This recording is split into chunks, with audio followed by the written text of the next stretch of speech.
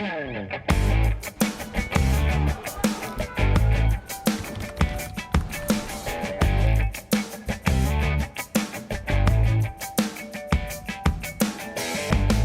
programa de hoje, vamos conversar com o jornalista Luiz Nassif, fazendo uma análise da atual conjuntura política que o Brasil tem vivido, perspectivas para o futuro, conversar sobre diversos temas e também sobre o livro recém-lançado, O Caso Veja, né? O que é jornalismo de esgoto, tudo isso e muito mais no nosso programa Espaço Cidadão. E eu dou as boas-vindas. Seja bem-vindo, Luiz Nassif, ao nosso Robson, Espaço Cidadão.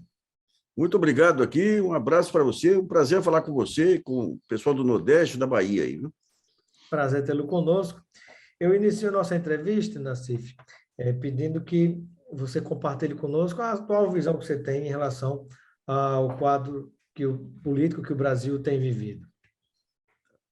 Robson, a gente tem dois fatos novos, aí, muito expressivos. Um foi a eleição do Bolsonaro, com toda a carga de ódio que foi plantada aí ao longo dos últimos 15 anos, né? E o outro é a pandemia. A pandemia que, se você pega o período aí de 2015 para cá, a partir do impeachment e tudo, você já tinha uma economia um pouco descontrolada antes do impeachment. Mas, a partir do impeachment, você passou a ter um desmonte sistemático de todas as políticas sociais, que vem com o Temer e vem com a continuação do Temer, que é o Bolsonaro. Repetindo, dando continuidade ao mesmo grupo econômico de poder que se aposta do país a partir de 2016. Mas o Bolsonaro vem com uma dose extra aí de preconceito, e um caos administrativo nunca visto, né? É o pior governo da história, independentemente de linha política ou linha... Você tem o Guedes, que é o pior ministro da história. O Guedes é incapaz de administrar uma reforma, é incapaz de administrar dia a dia da economia, e o Bolsonaro que criou um apagão administrativo, né? Hoje o país está sendo governado pelo Centrão. E sendo governado pelo Centrão, em que base? Eles controlam todo o orçamento de acordo com o interesse pessoal de deputados para quê? Para poder garantir um final de governo para Bolsonaro, né? Então, e algo que eles condenavam, né? Tem até aquela musiquinha que o futuro, na época, futuro ministro de Bolsonaro chegou a cantar, né? Se gritar, pegar Centrão, não fica um, meu irmão. Nem hoje, o Centrão é o coração do governo Bolsonaro. Está lá lado a lado, porta com o presidente Bolsonaro, né? Sim, e os militares estão calados e estão na chamada boquinha também, né? Nós nunca tivemos um processo similar de corrupção. Você teve, por exemplo, quando você pega a própria Lava Jato, você tinha focos de corrupção na Petrobras, através de uns diretores. Agora, a partir de 2016, passou a ter corrupção sistêmica. Por quê? Porque o Ministério Público, quando você vê o empenho da Lava Jato e outros, ela não era contra a corrupção, era um enfoque específico num partido político. E você podia criticar a PT, criticar o próprio PSDB anterior, não esse aqui que virou um simulacro de partido político. Eles tinham estruturas de gestão, tinham funcionalismo público. Então, digamos, a máquina funcionava. Você podia discordar pontualmente, mas a máquina funcionava. Você podia falar, o Fernando Henrique era muito mercadista, o Lula era muito intervencionista. A máquina funcionava. Você tinha estrutura de máquina. A partir do momento em que vem o impeachment, a corrupção ela entra enquanto o Ministério Público fecha os olhos. O que esse Ricardo Barros montou no Ministério da Saúde, que era o melhor ministério brasileiro há muitos anos, assim como os ministérios, o Ministério do Desenvolvimento Social. Exemplo uma coisa inédita. Inteiro, né? Então, ele, na saúde, ele montou todo esse esquema de corrupção. Nós publicamos uma entrevista com uma médica lá doutora Brandalize, lá de Campinas, que tem um centro especializado em combate ao câncer de crianças. O Barros ele suspendeu a importação de medicamentos que eram para crianças, 14 mil crianças no Brasil inteiro, para entregar para a Precisa, para a Global, a compra de medicamentos fajutos, né? Ou seja, a corrupção, graças ao Luiz Roberto Barroso, aos ministros do Supremo, que tinham um viés ideológico nítido aí, e usaram o combate à corrupção como um álibi, digamos, se entregou o país à pior organização política da história, né? Que é Centrão com o bolsonarismo. Né? Então, o que vem pela frente? E percebamos, Nassif, antes de você falar sobre o que é que vem pela frente, né?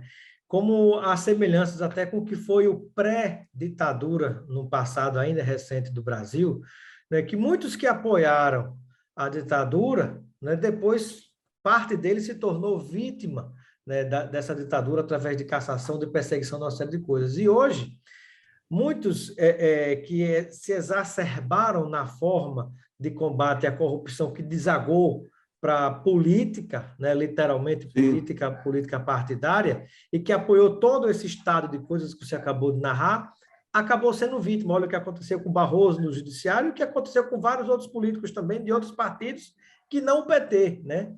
Acabou criando uma situação generalizada, né? Mas o grupo, que era o grupo mais suspeito, o grupo mais enrolado da pós-redemocratização, que é o Centrão, tornou-se todo poderoso, né? Eu estava vendo outro dia uma entrevista desse... esse que é secretário, que é chefe da Casa Civil lá, é uma barra pesada terrível, que apoiou Lula, Ciro Nogueira, que apoiou todos os governos. Aí ele falava, não, o problema não é o PT, não é o Lula, é o PT, porque vai trazer o Dirceu, vai... Como se ele fosse o arauto da moralidade. Né? Mas um ponto interessante, que é a diferença de outros tempos, a diferença em termos, é porque a mídia, em 64, ela estimulou toda a campanha, entregou o poder aos militares, os civis entregaram o poder aos militares, e eles, depois que pegaram o poder, deram uma banana. Mas agora a mídia ela montou, desde 2005, ela montou esse jornalismo de ódio, achando que, quer dizer, a intenção era derrubar o governo e depois trazia o gado de volta para o cercado. Né? Mas, nesse ínterim, surge o fenômeno das redes sociais. Então, o gado começa a ganhar vida própria, instrumentos próprios de comunicação, que o começo é com a Lava Jato, mas a Lava Jato ainda não tinha um comando definido. Depois, com o bolsonarismo, o gado passa a responder às redes sociais e atuação profissional da ultradireita mundial, através do Steve Bannon, com seus algoritmos. Então, quando a mídia tenta trazer o gado de volta, ele fala, agora eu tenho vida própria aqui, e se volta contra a própria mídia. Né? É uma das que tem sofrido uma grande pancada em relação a tudo isso. Né? E há também muitas semelhanças, e quando a gente pensa tá na história de fio da meada, Nassif, parece que esse fio não foi cortado quando a gente vai lá na ditadura, porque quem era o braço civil, por exemplo, onde estava o braço civil da ditadura militar, na época, que era a Arena, que depois se converteu em PDS, PFL, DEM, e olha que hoje se funde com o próprio PSL, que foi o partido que deu origem a Bolsonaro. Né? Então, é esse mesmo grupo que volta, né, ao poder, né, de militares, e esse outro grupo, esse outro setor de política que tem os mesmos interesses, né? Um grande problema que você teve, digamos, na redemocratização é que você não teve nem a justiça de transição, nem a justiça de reparação. Então, você pega esses militares, esse Alberto Helena aí, é um horror. Um sujeito que vai lá para o Haiti, comete abusos os outros generais, Braga Neto, o cara que vai para o Rio de Janeiro, lá, o sujeito que entra como interventor no Rio de Janeiro contra a Constituição, porque a Constituição dizia que quando tiver operação de garantia de lei e ordem, tinha que ter um comando civil. Então, todas essas pessoas... se pega a justiça, você não teve transição na justiça. Você pega o Tribunal de Justiça de São Paulo, outro dia mandou prender a Carmen. A Carmen seria candidata a prêmio Nobel. É uma senhora aí que organiza ocupações de prédios abandonados. Um trabalho social extraordinário. Eles pegam prédios públicos abandonados, recuperam prédios públicos, trazem as famílias, tem assistente social, tem treinamento para trabalhadores, tem tudo. Foi presa, acusada de ser do PCC. Ou seja, e com o bolsonarismo, tudo isso veio à tona. Esse pessoal que estava contido, digamos, pelos avanços civilizatórios pós-constituinte, com a Lava Jato e o discurso o jornalismo de ódio da mídia, ficaram soltos novamente. Você se lembra que esse jornalismo começou com a história de acabar com o politicamente correto. que é o politicamente correto? É um conjunto de princípios que levaram o país a um patamar civilizatório. Vamos acabar politicamente correto? Que história? Não pode falar de negro, não pode falar de gay. Não. Então, teve um processo cultural de destruição de todos esses valores, encimado por ministros que diziam que tinham um linguajar mais civilizado, mas que estavam dentro dos mesmos princípios aí de ódio, né? E com isso você liberou o curral, né? Os monstros vieram para fora, daí se falava, traz de volta para a jaula. Não, agora eles têm a chave da casa. Está mais difícil de botar de volta, né? Para o submundo de onde vieram.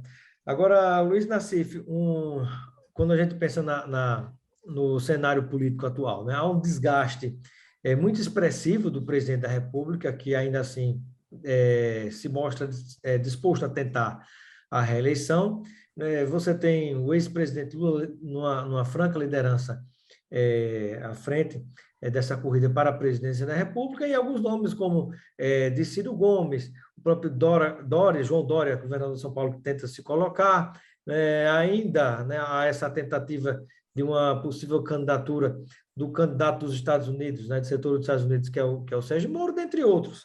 Eu gostaria de que você fizesse uma avaliação à luz do que nós temos hoje de realidade brasileira na política, né, em relação a essa corrida eleitoral.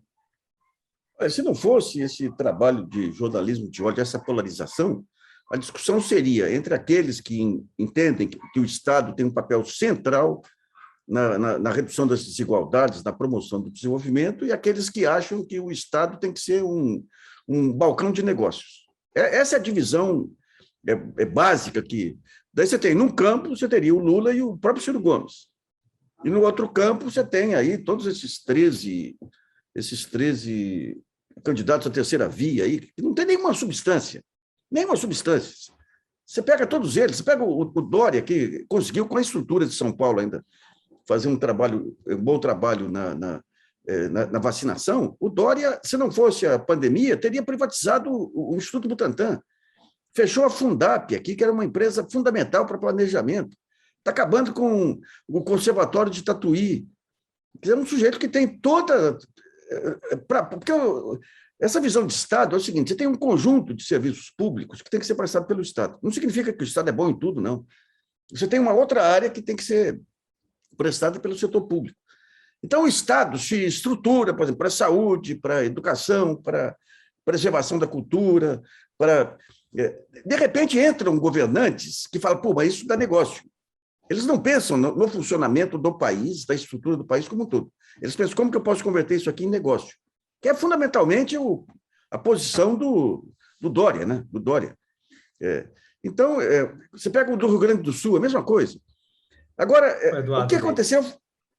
O Eduardo Leite. O que aconteceu foi que, a partir de determinado momento, aí, o discurso anti-PT, por erros até que foram cometidos aí nos últimos anos do governo Dilma, se concentrou integralmente nessa história de que o PT, por conta de excesso de Estado, excesso de tributação, acabou com o país. E foi uma campanha tão perniciosa que conseguiram apagar a memória recente do país. Ou seja, até 2012, era o país que tinha a maior autoestima do mundo. O que o Brasil conseguiu em 2010, com aquela superação da crise, com o exemplo das conferências nacionais, os sistemas de participação, as políticas de inclusão, o maior processo de inclusão social da história, aquilo era um motivo de orgulho mundial. Eles conseguiram, com 2 anos de crise, eles conseguiram apagar essa memória, com a história, tudo era corrupção, porque a corrupção acabou com o país. Essa coisa indecente da Lava Jato, de pegar uma corrupção que você podia quantificar. Você tinha 5% de alguns projetos da Petrobras, que podiam ser muito em termos nominais, aí, porque eram grandes projetos. Eles transformaram naquilo como se fosse uma corrupção levada para todo mundo. E, em cima disso, o que aconteceu? A ponte para o futuro, que é o desmonte do Estado. Você se lembra de uma declaração do Temer, no auge da campanha do impeachment? Se a Dilma aceitasse a ponte para o futuro, não teria impeachment. Então, negocistas, nem digo negocistas. E hoje, o que o Bolsonaro faz? Ele está enfraquecido, ele fala, não, vamos privatizar a Eletrobras ou a Petrobras. O pessoal se cala, porque no Brasil tudo se compra, tudo se vende. É um país institucionalmente corrupto. Esse que é o ponto. E aí é que vem, talvez, a resposta para... Talvez comece aí a resposta para a pergunta que vou lhe fazer. Né? Apesar de tudo que a gente observa hoje de comportamento do próprio Bolsonaro, político e pessoal, institucional, o que é que ainda o sustenta no cargo, na sua avaliação, Nassif? Bom, você tem, de um lado, as contas políticas.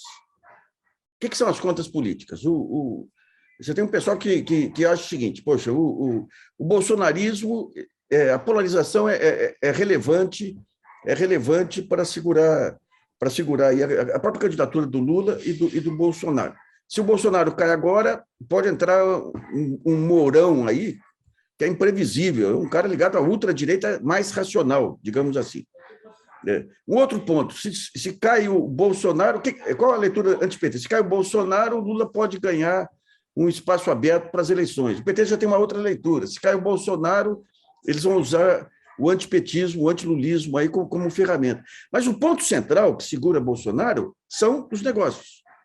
Esse negócio da Eletrobras, da privatização da Eletrobras, envolve muitos interesses. O mercado financeiro vai ganhar o dinheiro como nunca ganhou na vida. Às custas de quê? Do que está ocorrendo com o petróleo agora. Jogar conta para o consumidor. Então, você joga a conta para o consumidor, vai afetar as pequenas indústrias, o pequeno comércio, tudo, vai afetar a competitividade da economia, mas você tem um grave problema no país, que os chamados interesses difusos não têm defensores. Então, quando você fala, vou privatizar a Eletrobras, o Jorge Paulo Lema vai ganhar sem disponibilizar um tostão, só com as ações que ele tem lá, e vai triplicar a fortuna dele. O BTG Pactual, que está montando a modelagem da privatização, vai ganhar. Você tem escritórios de advocacia que vão ganhar montando os contratos, fundos de investimento que vão ganhar comercializando as ações da Eletrobras. São só interesses específicos. Esses interesses a mídia defende. A mídia hoje está totalmente nas mãos do mercado financeiro. Os interesses difusos, gente, se privatiza, você vai criar uma crise futura do setor elétrico, você vai aumentar substancialmente o preço das tarifas domésticas, você vai aumentar substancialmente o custo de produção. São interesses difusos. Então, o Brasil, você não tem mais a figura de quem defenda os interesses difusos. Virou um país irracional. Em outros lugares, você teria a mídia fazendo essa defesa, os grandes jornais, aqui não se faz.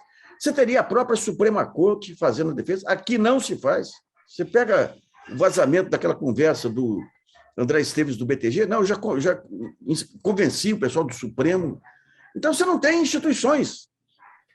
E o grande problema, quando se pensa nesse papel da mídia, quando se vai para a grande imprensa nacional, Nassif, é lamentável de se ver, por exemplo, que quais são os principais patrocinadores, né, dos grandes telejornais brasileiros e dos grandes programas e das grandes estrelas nacionais. São os 4 principais bancos brasileiros, né, que pertencem a poucas famílias. Então, assim, é muito claro.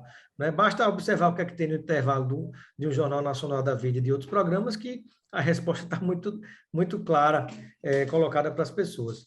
Agora, Nassif, e talvez por isso, me parece que existe também a dificuldade de se formação do que muitos deles defendem, que é a terceira via.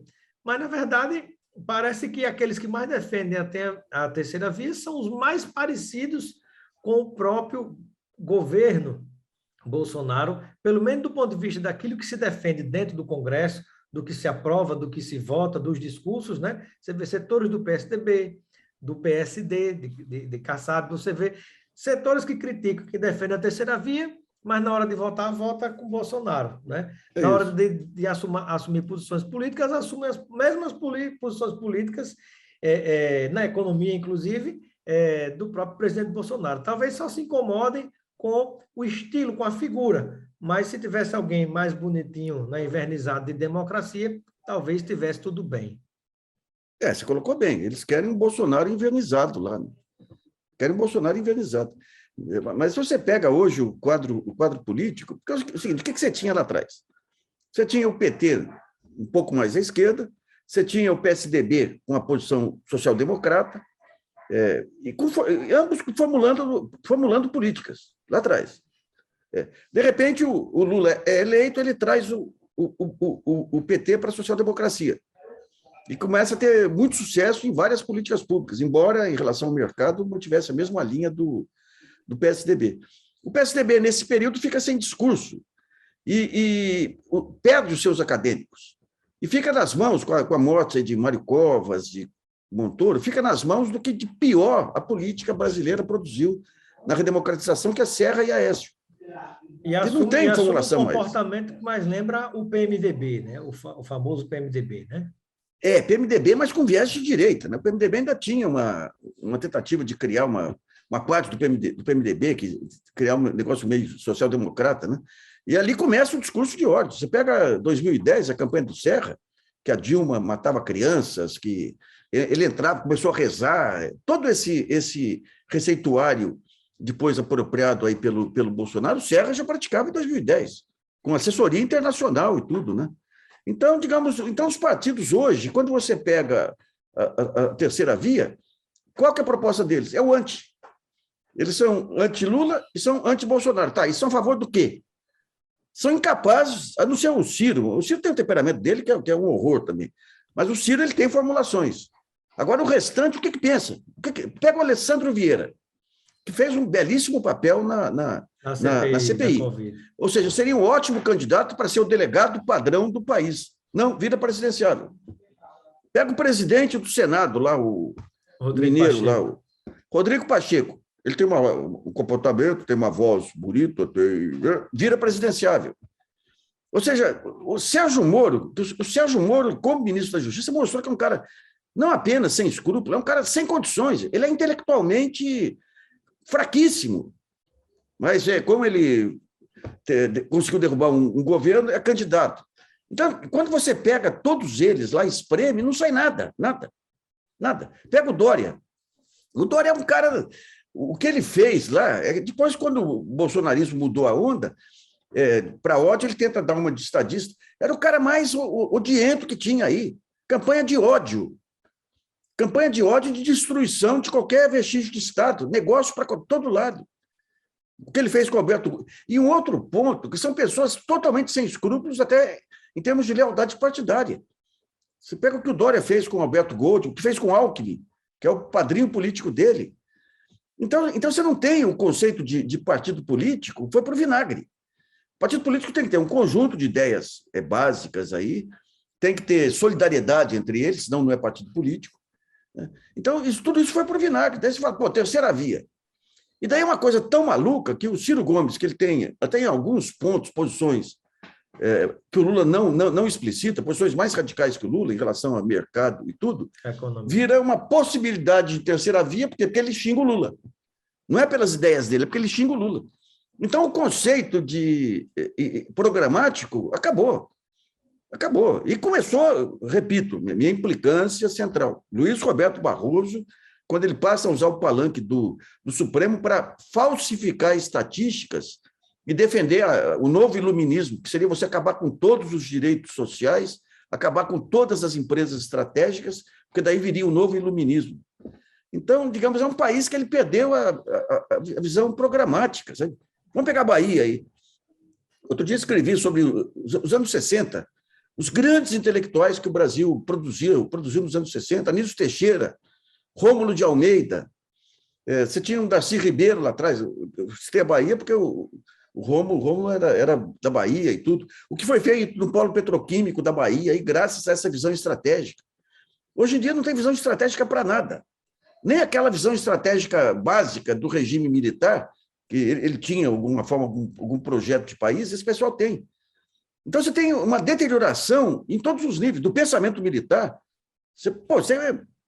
A gente era contra a ditadura, contra todos os horrores, mas quando você pegava lá atrás um Goberi, um Geisel, compara com... Na época tinha o PND, Plano Nacional de Desenvolvimento, né? Tinha as conexões... Industrializou o país. Tinha as conexões com acho que era SEBRAP, né?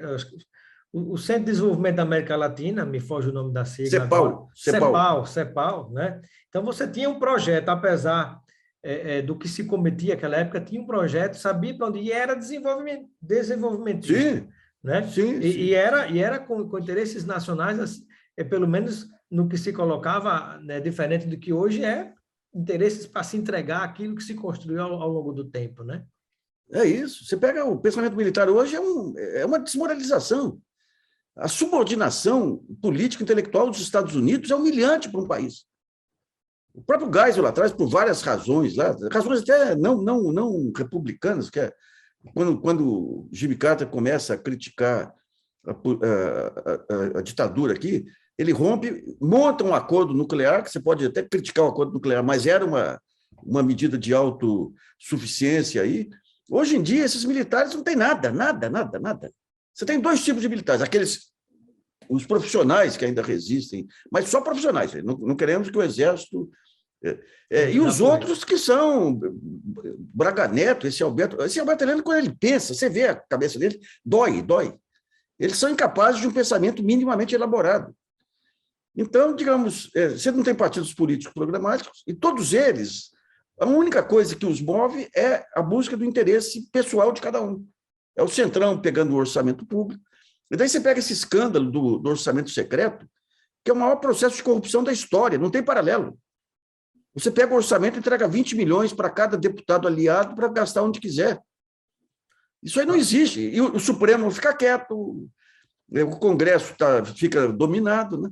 Então, aliás, é um processo comum ao comportamento de militares, né? Inclusive, na primeira oportunidade que o próprio Mourão teve quando assumiu a presidência da República, a primeira vez que ele assumiu numa viagem do presidente Bolsonaro, né? A primeira atitude dele foi tentar ampliar, ainda bem que isso foi barrado, mas tentar ampliar a possibilidade de que vários outros membros, né, inclusive militares, pudessem carimbar como documentos secretos, né, que passaria sim. a mais de 3 mil pessoas,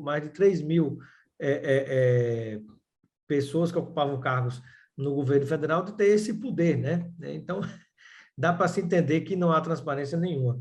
Agora, Luiz Nassif, quando a gente pensa nessa corrida eleitoral, você enxerga algum nome que teria condição de transplantar, ou de transpor nessa corrida o atual presidente Bolsonaro para chegar no segundo turno com o ex-presidente Lula, considerando o que a gente tem hoje de números de pesquisa? Eu não acho, não. O Bolsonaro está enraizado em 20% da população que aceita todas as loucuras dele, né? E na outra ponta você tem uma dispersão total.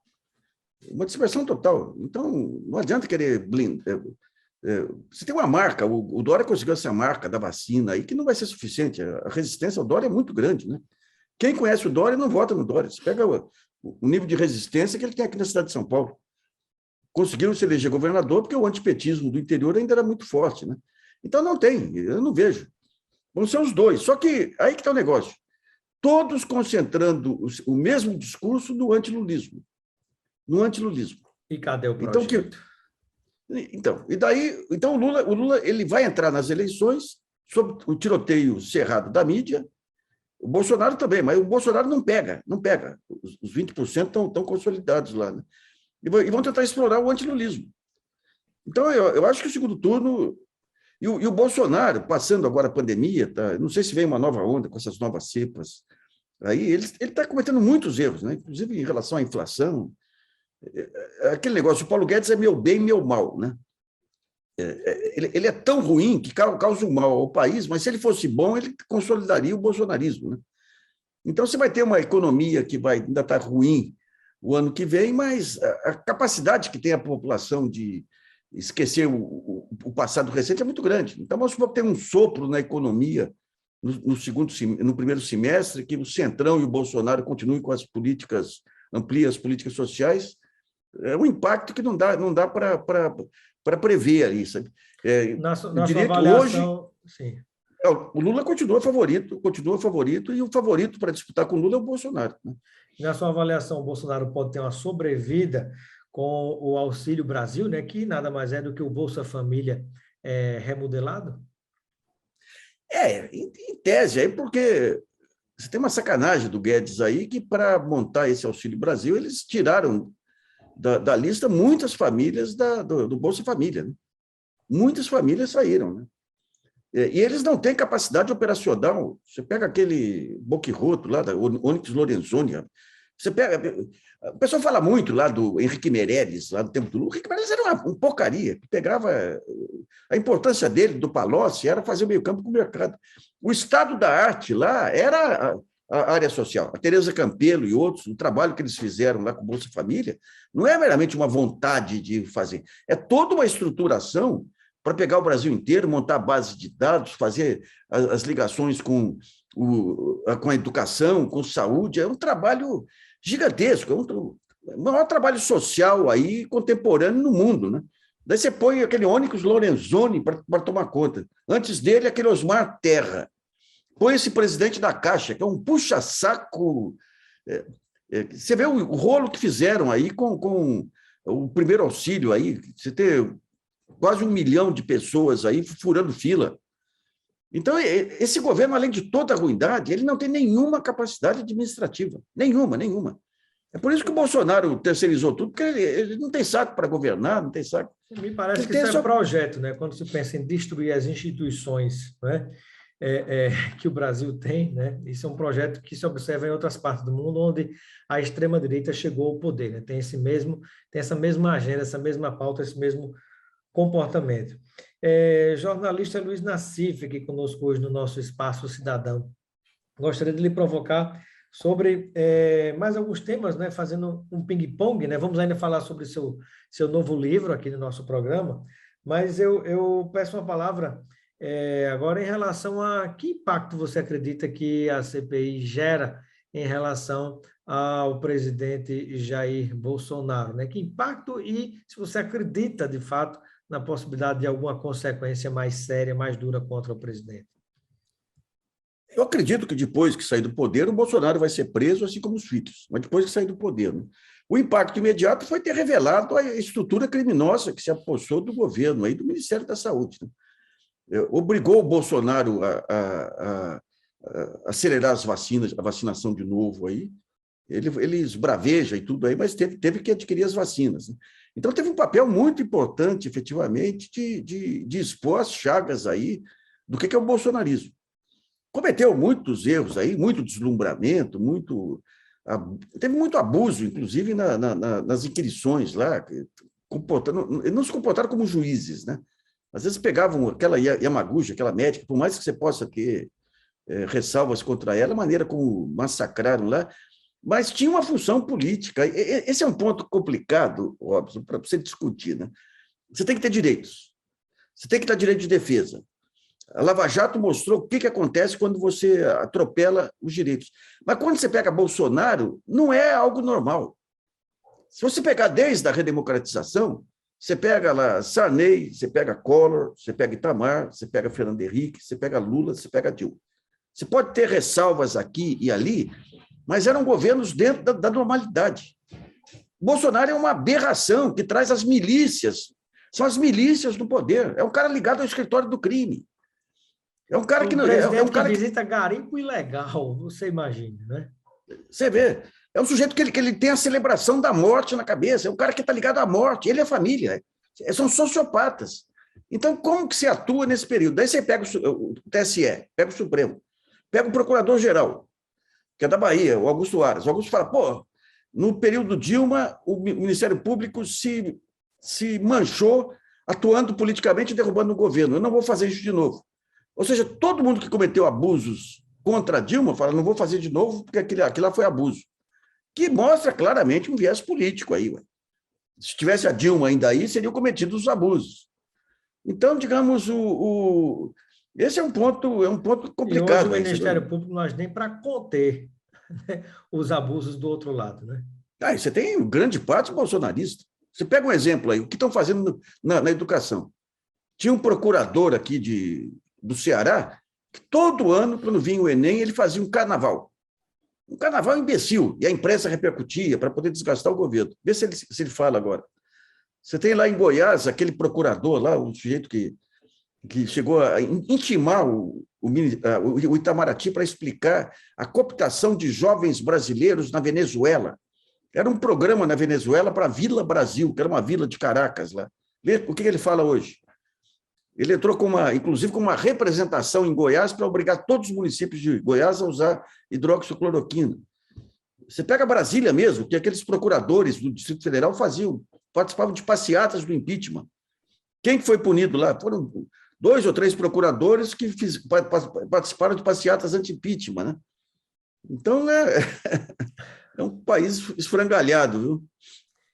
Luiz Nassif, já caminhando para perto de finalizar a nossa entrevista, eu gostaria de uma palavra sua em relação ao livro de sua autoria, recém-lançado, que é O Caso Veja, né? Fala um pouco para a gente a respeito da motivação desse livro, do conteúdo dele, do que é que o leitor vai poder encontrar. A mídia, a partir da entrada do Lula e do desmanche do PSDB, você tem... A mídia entra em crise em 99 por conta da desvalorização cambial e entra em pânico quando começa uma mudança dos padrões de mídia aí com o avanço da internet. Ao mesmo tempo, você tem uma transição geracional aí, Frias morre, o sai de cena antes de morrer, né? O Roberto Marinho e tudo. Então, você tem a mídia procurando um caminho. O Roberto Tivita vai nos Estados Unidos e traz o padrão Murdoch. O Murdoch era o Roberto Marinho, lá da Austrália, que vai para os Estados Unidos, compra a Fox News. O que o Murdoch faz? O Murdoch é o primeiro a entender os novos tempos. Então, a Fox News passa a ser uma geradora de fake news, ela gera mentiras que ele joga nas redes sociais para ampliar, pega o discurso de ódio da ultradireita, passa a usar o jornalismo mais porco que se tem notícia, acusando o Obama de terrorista, aquele negócio todo, e ganha força política. Ele fica praticamente dono do Partido Republicano. E, além disso, a Fox News, eles percebem que você tinha um movimento do cidadão médio para a direita, por conta de crise de emprego, por conta de migração, e a Fox News se transforma um canal fechado de maior audiência dos Estados Unidos.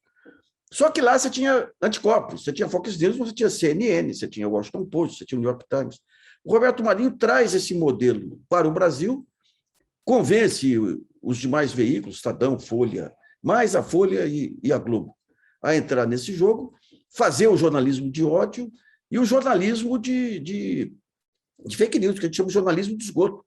Sabe, Cuba manda dinheiro para o PT em garrafa de rum, as Farc vão invadir o Brasil. E assassinato de reputação de todo lado. E uma guerra cultural, porque a intenção deles era tirar de cena todo jornalista que pudesse ser contra essa onda, tirar artistas, começam os ataques a Chico Buarque, os ataques a todas as unanimidades. Eles montam uma jogada com um colunista da Veja que atacava os jornalistas, daí a Globo usava para afastar os jornalistas. Eu fui vítima desses ataques também. Em 2007, 2008, eu resolvi, com um blog na internet, enfrentar a Veja, que era a maior máquina de assassinar reputações da história. E enfrentei a Veja, numa série que ainda tá na internet, soltando matérias semanais sobre as jogadas da Veja. Eles contrataram lá um colunista, um blogueiro chamado Reinaldo Azevedo para me atacar. Tem 500 páginas de ataques terríveis, contra a família, contra filhos, contra o que tem de baixaria. Mas eu continuei na série até esbarrar nas ligações da Veja com o bicheiro Carlinhos Cachoeira. Daí eles pararam os ataques e começaram com ações judiciais. O livro, eu faço um histórico sobre o fim do modelo de mídia internacional, contando como que surge no começo do século nos Estados Unidos. Foi o grupo que... A mídia corporativa foi o maior fator de influência na opinião pública, mais do que igreja, mais do que partido político, e mostro como que chega até o final, faço um histórico do Brasil, com os casos Globo e Abril, que foram os modelos modernos. Assim, e daí entro em 20 matérias de abusos, de fake news da época, que eu recupero como a gente ia desconstruindo essas matérias, né? Muito bem.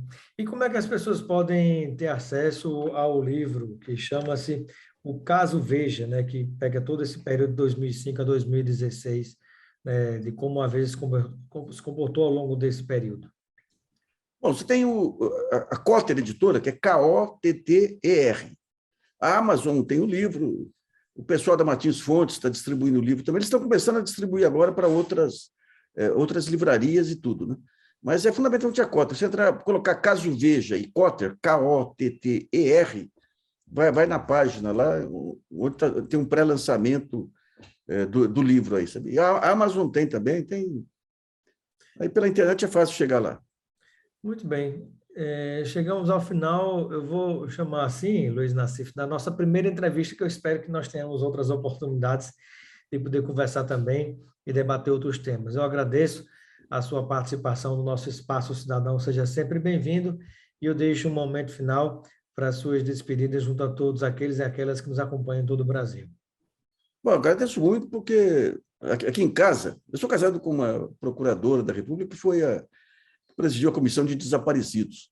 Quando começou essa disputa consórcio-Nordeste com o Brasil e tudo, nós tomamos uma decisão. Se o Nordeste se separar, nós nos mudamos para o Nordeste. Porque eu acho que a grande renovação política virá do Nordeste, como nos anos 30 veio do Sul. Eu acho que o Nordeste, independentemente de partidos, descobriu a importância de focar as políticas públicas nos cidadãos, na paz social. Então, para mim, é um enorme prazer conversar com vocês aí. E sempre que eu estou carente de Brasil, agora com a pandemia não deu, mas sempre que eu estou carente de Brasil, eu pego a patroa e a gente vai beber Brasil aí no Nordeste. Bem-vindo, Nassif. Obrigado.